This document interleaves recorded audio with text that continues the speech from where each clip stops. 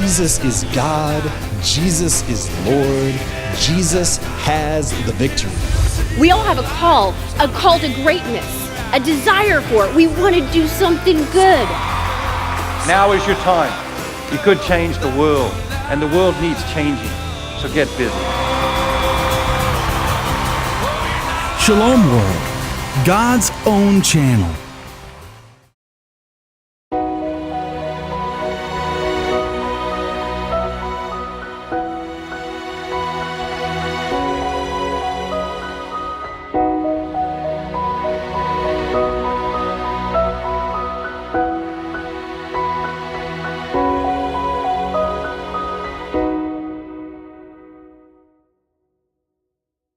Glory to Jesus Christ.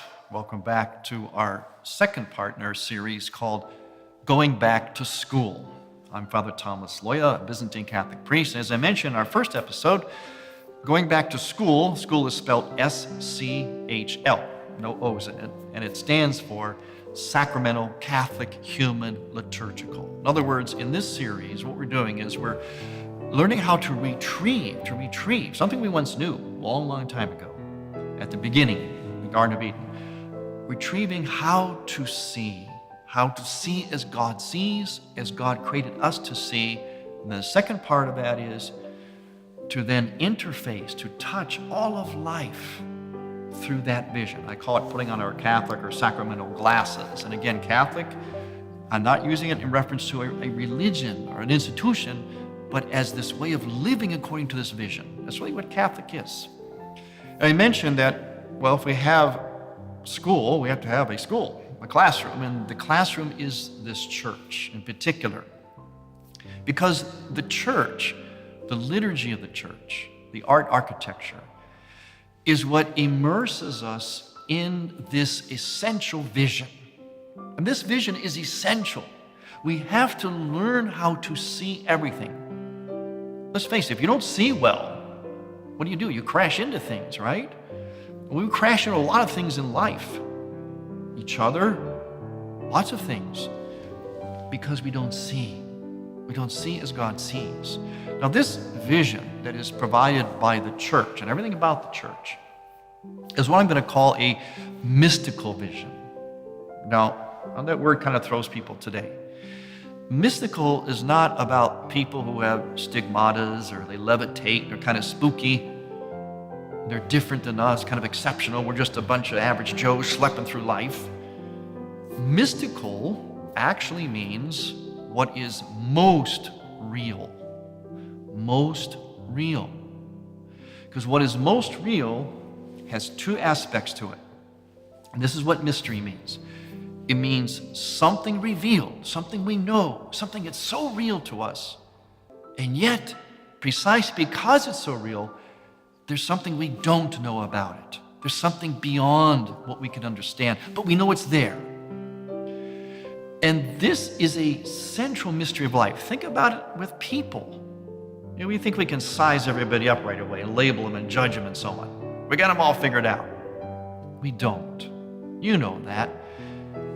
We are mysteries. There's something, we know a lot about somebody, like a husband and wife. They know a lot about each other, but there's still a piece they can't quite figure out, no matter how long they're married, because a person is a mystery.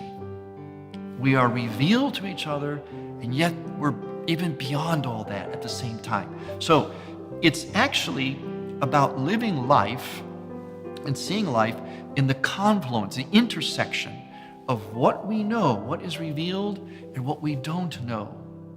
And we have to learn to be comfortable right there. And what helps us to be comfortable with that, because it is uncomfortable, we like to have everything certain. It's either this or that. We tend to live bipolar. I'm a Republican or a Democrat, a liberal, a conservative, winners and losers. And here in the Chicago area, the most frightful polarization of all.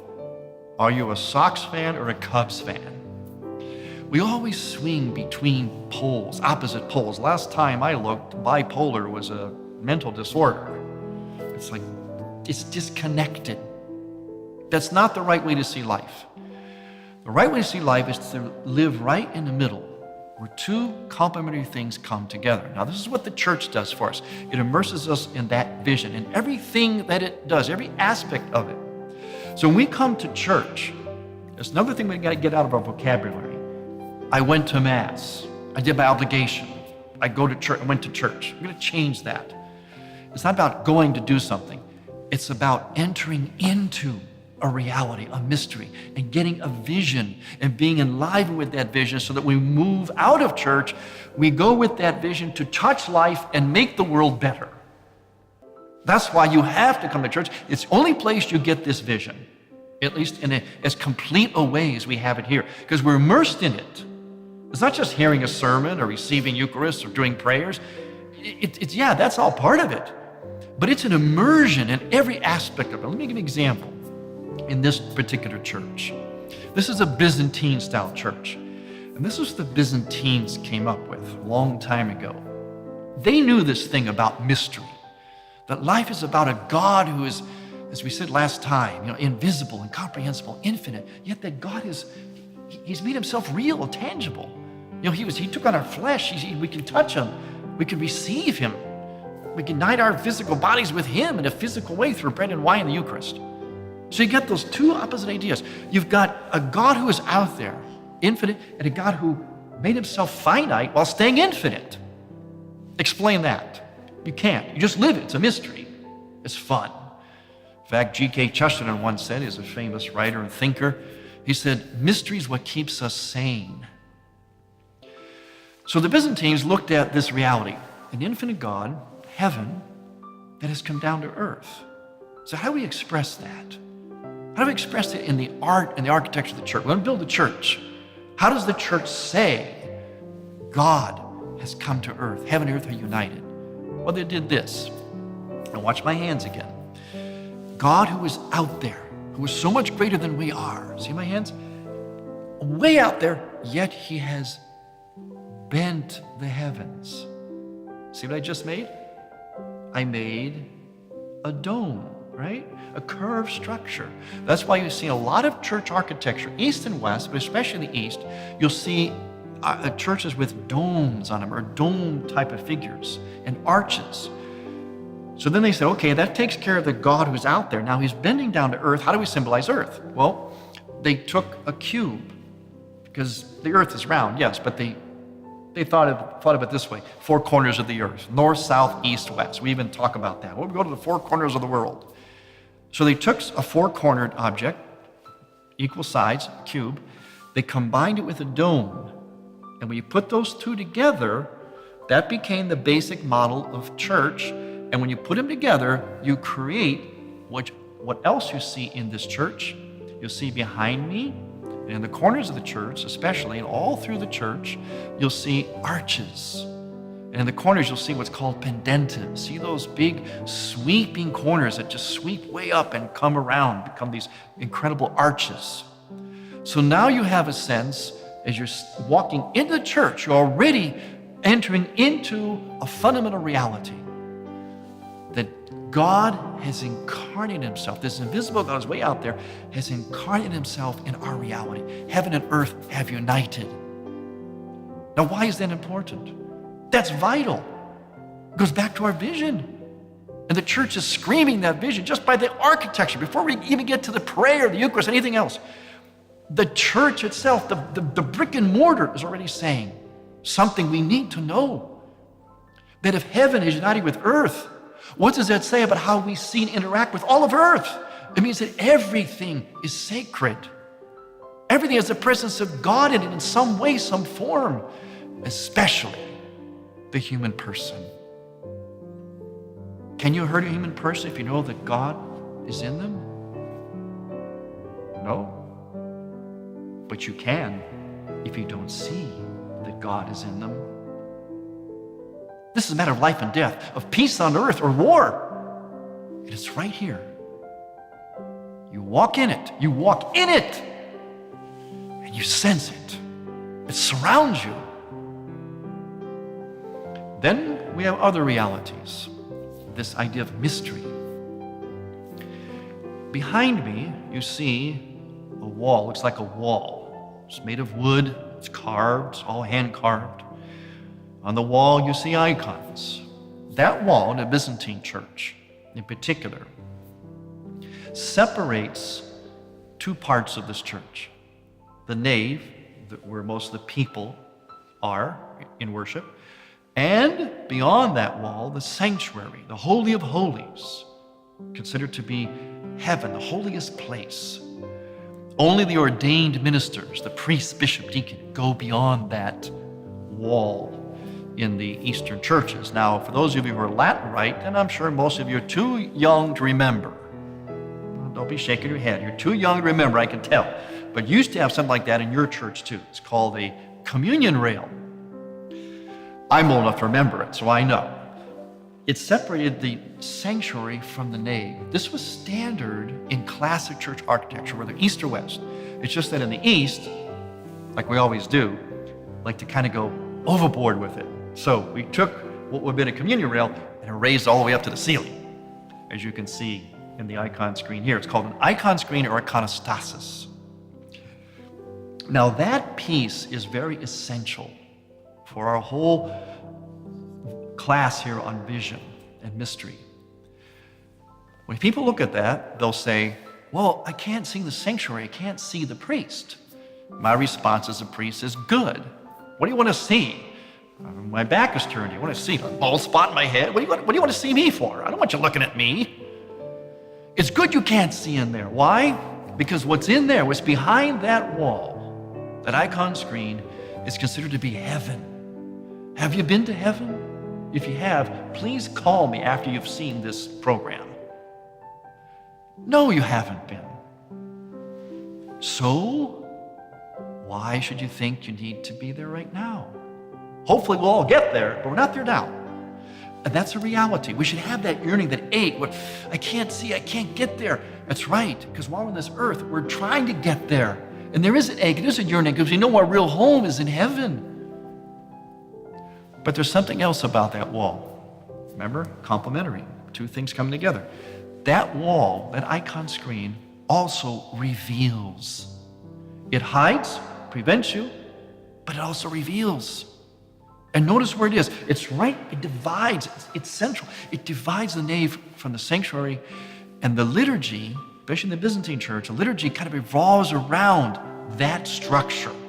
I mean, it permeates the whole church, but that structure is central because it reveals heaven. How?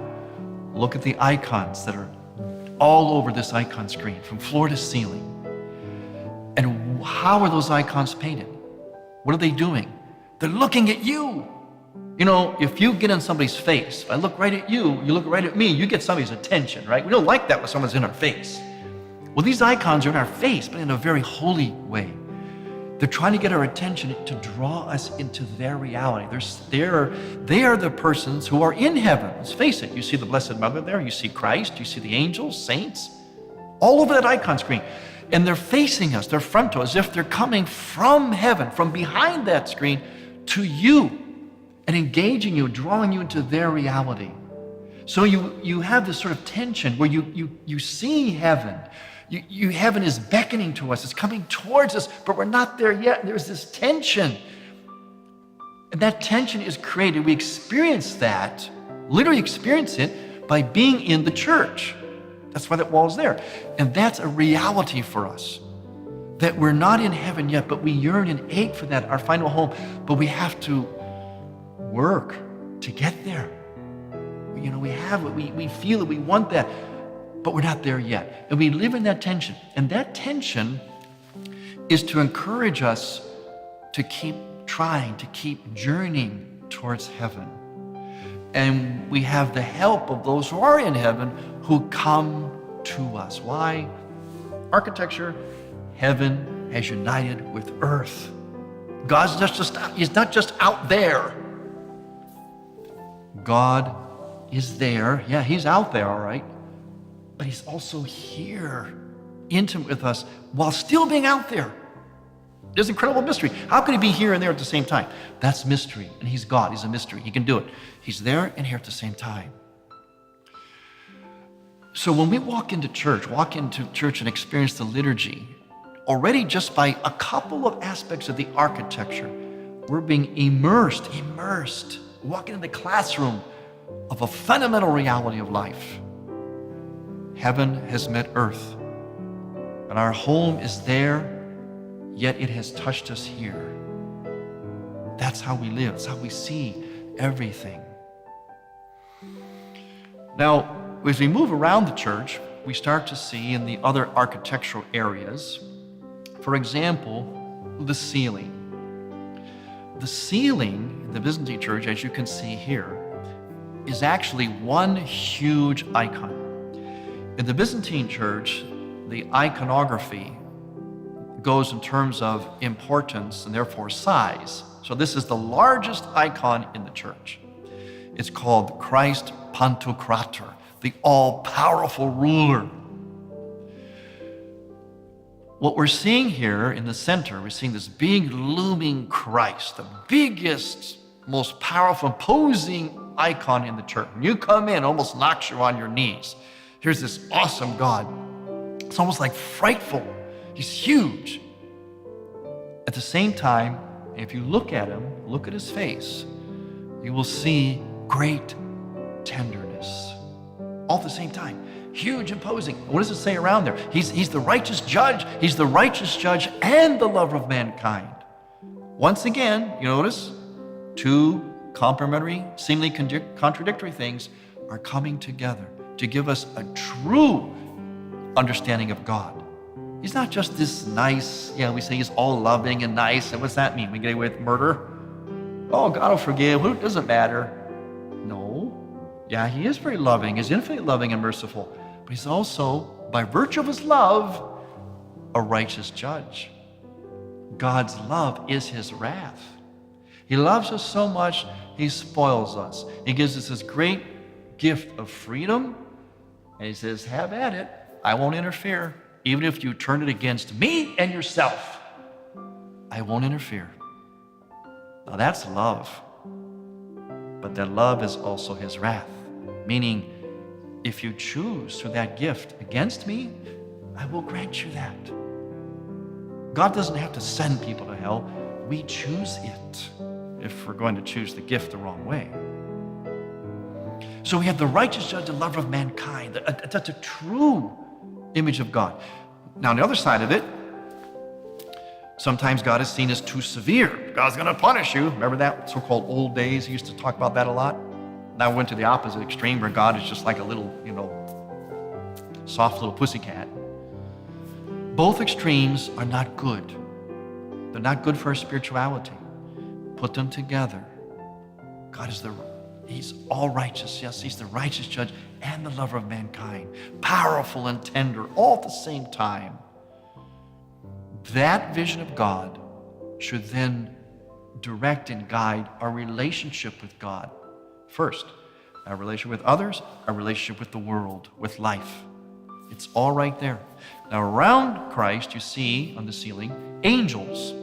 Those angels are surrounding Christ because that's telling us about our ultimate destiny. This icon, this whole ceiling here with Christ in the middle, what that means is this is the heavenly liturgy in heaven. This is our destiny. That we will end up in heaven, surrounded by all the angels and saints, singing the praises of God forever. And those angels are doing just that. We're getting a glimpse of the heavenly liturgy.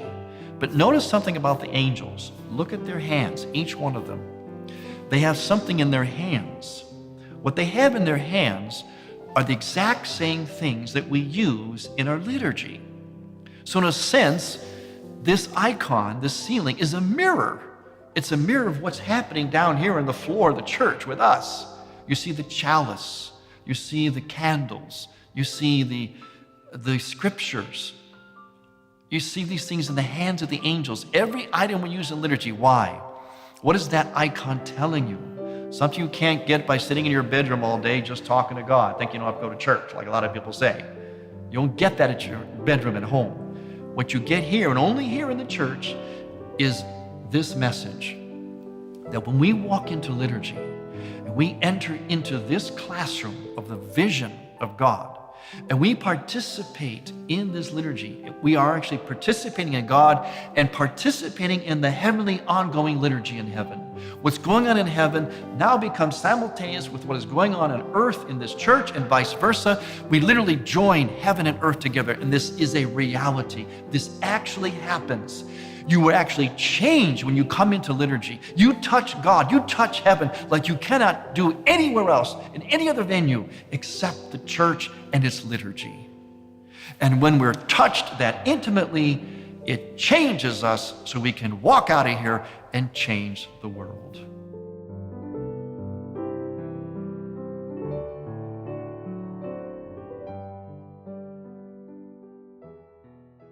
I've spent much of my 39 years as a priest working with young people, and I've constantly found young people to be wonderful, yearning for something beautiful in their lives, yearning for peace, yearning for shalom. That's why I really hope that Shalom media will be able to communicate that message of hope to young people who are told to expect so little from themselves. And so I really wish the blessing of God to come on all of you who follow the programs with Shalom Media, to ensure that young people will hear the good news of the gospel about a God who believes in us. So with that in mind, we ask the blessing of the Lord on Shalom and all that it does, and on all of you who follow its programs right around the world. The Father, the Son, and the Holy Spirit. Amen. Shalom World, God's own channel.